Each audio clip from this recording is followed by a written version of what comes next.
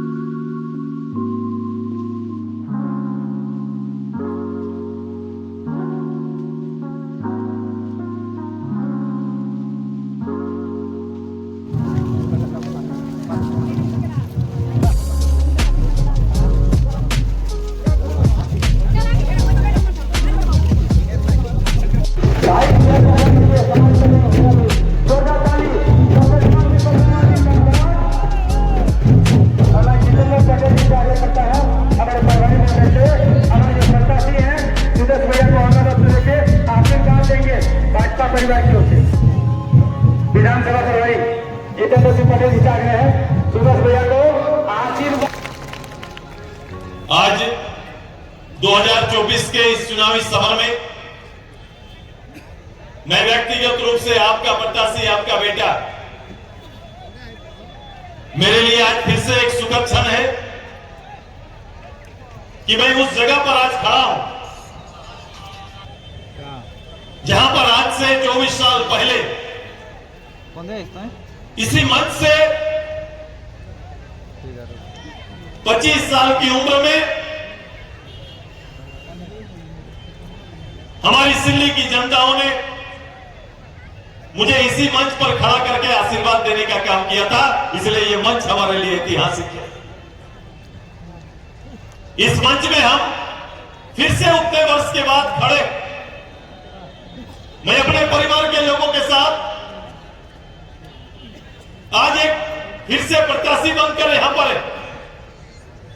यूं तो पूरे प्रदेश में भारतीय जनता पार्टी और आजसू और कई सहयोगी मिलकर चुनाव लड़ रहे हैं, लेकिन आज मैं एक प्रत्याशी के रूप में आपके बीच में हूं। मेरे मंच में भारतीय जनता पार्टी के कहा गया 23-24 के बजट में कहीं पर मैया योजना करके कोई योजना का नाम भी आया था क्या? विधानसभा में पढ़े थे क्या? नहीं पढ़े थे। तो ये डायरेक्ट बेनिफिट स्कीम 3 महीना में लेके आते हैं और कहते हैं कि मैं 21 साल से 49 साल के महिलाओं को 1000 रुपया देने का काम करेंगे। अब बताओ ये कैसे हुआ, कैसे संभव हुआ, कहां से बजट आया? तो मैं कई महिलाएं पूछी, मैंने कहा कि थोड़ा पता करो तुम्हारी सास का और तो आपके ससुर का और माता पिता का पेंशन कितना महीना से रुका हुआ है? तो बोली 4 महीना से दादा आया नहीं, 4 महीना से मिला नहीं। असम के मुख्यमंत्री जी यहां पर हैं, सरकार चला रहे हैं, बजट किसी मूल बजट का रखा हुआ पैसा को ट्रांसफर करने का एक सीमित अधिकार सरकार के पास होता है। अब उसको पैसा फंड लाने के लिए अगर वो योजना का फंड नहीं है तो किसी दूसरे फंड को डालना पड़ेगा। उन्होंने क्या किया, सर्वजन पेंशन के पैसे को मैया योजना में डाल के घर की बहू के लिए 1000 को दे दिया, लेकिन सास ससुर का पैसा 4 महीना से रोक दिया।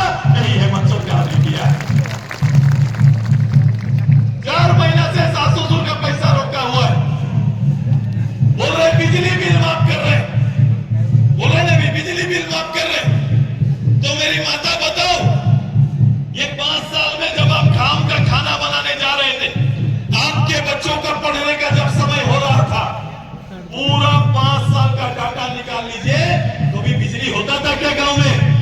कभी बिजली रहता था क्या? शाम को बिजली रहता था क्या? ये 200 यूनिट बिजली दे ही नहीं पाए कभी, और उसको माफ करने की बात करते हैं। ये सरकार केवल झूठ और झूठ के सिवाय कुछ भी नहीं करती, कोई तर्क नहीं इसके पास, केवल गुमराह करना हेमंत सरकार का काम है। लेकिन हम भारतीय जनता पार्टी मिलकर जो आने वाले समय, जो हमारा संकल्प है, जिस संकल्प को लेकर हम आपके बीच आ रहे हैं, वो संकल्प बड़ा ठोस है। हमारा संकल्प चुनाव के अंतिम साल के अंतिम महीने में आने वाला नहीं है। जमीन का खाता में रहेगा, आप जमीन खरीदेंगे तो बढ़ेगा, जमीन बेचिएगा तो घटेगा, और केवल खाता से काम चलेगा। आपको जमीन लेने के लिए, रजिस्ट्री कराने के लिए रांची जाने की जरूरत नहीं होगा। सभी प्रखंड मुख्यालय में सीओ को रजिस्ट्रार का चार्ज देके ये काम कराया जा सकता है। आप रजिस्ट्री करिए और वहीं पर रसीद कटाइए। ये तैयारी करने जा रहे हैं। एक अमूलचूल परिवर्तन इस राज्य में लाने की तैयारी हमारा, ये तैयारी हमारा एक बहुत बड़ा क्रांति होगा। जो हमारा रिश्ता खराब हो रहा है, हम थाना और कोर्ट में जाकर निर्णय के लिए सालों साल, पीढ़ी हम लोग आपस में लड़ते रहते हैं, ये सारी लड़ाई को समाप्त करने का निर्णय आपकी एनडीए सरकार ने लिया है, और ये निर्णय के साथ हम आगे जाने वाले। हमारी तैयारी आगे, मैंने कहा अब की बार रोजगार देने वाली सरकार, ये 5 साल में 200,000 नौकरी नहीं दे पाया।